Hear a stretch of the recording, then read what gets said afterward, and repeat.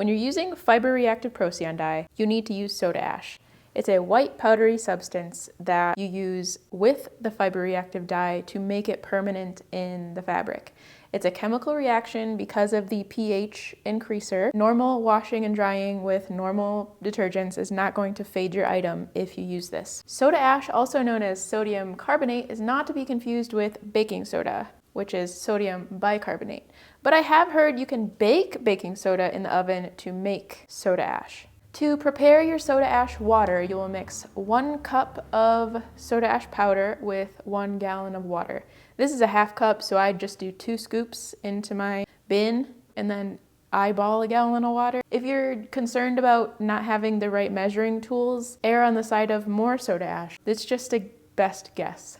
You could test the pH of the soda ash water if you want to, but you don't have to get fancy with it. Also, you could skip the pre-soaking method and just sprinkle this on the top of ice and dye if you are ice dyeing. If you're liquid dyeing, you probably need to pre-soak, but experiment to see which way you prefer. When you are mixing it, one thing that people run into is that it gets clumpy. So put on your gloves because this stuff is kind of harsh on the skin. So put on your glove and I just reach into the bin, mix it around, and I use my fingers to just pinch any clumps that are left. Also, using warm water helps to dissolve it faster. Might be wondering, how long am I supposed to pre-soak it? The manufacturer of dye says like 20 minutes, but I think they just needed to put out an arbitrary number because so many people were asking how long. I just stick it in there as long as it takes for it to be fully saturated. If something is really tightly bound with artificial sinew, and I don't know if all of the air has been pushed out so that the liquid can get in, maybe I'll leave it in there 30 minutes. But if it's just a shirt that's not tied at all, then I'll just saturate it and then pull it out. So just hand wring it and then do whatever dye application you're gonna do. You can also use a spin dryer or the spin cycle on a washing machine if your washing machine will do that. I save my soda ash water from the spin dryer. I collect it in a bin and then pour it back into my bucket and reuse it, which leads me into the next point of you can keep using the soda ash water. It never expires.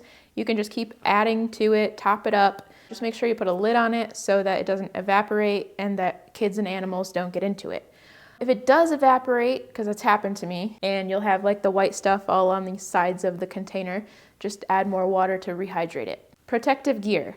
Wear gloves when you're handling items that have been soaked with soda ash. You're not gonna do like damage instantly if you handle a shirt that's got soda ash water in it, but it feels really slippery and the change in pH is kind of harsh on your skin. Also, I've noticed when I am pouring this into my bucket of soda ash water, some of it will kind of float in the air. So maybe wearing a mask would be good so that you're not breathing it in. Where to get soda ash? I used to buy it from Dharma Trading Company. They have it in different quantities, and every time I would just order more dye colors, I would snag some of their soda ash. It lasts a long time, so it didn't really matter to me that it was kind of expensive to ship.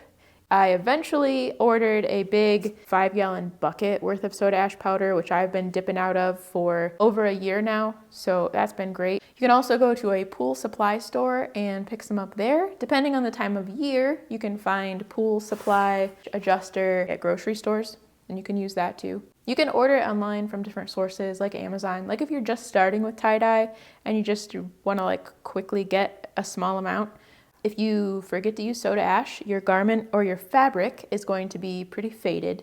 But if you do use soda ash with your fiber reactive dye, it will stay bright and permanent. Just don't use bleach on your item because that will undo the bond that's been created.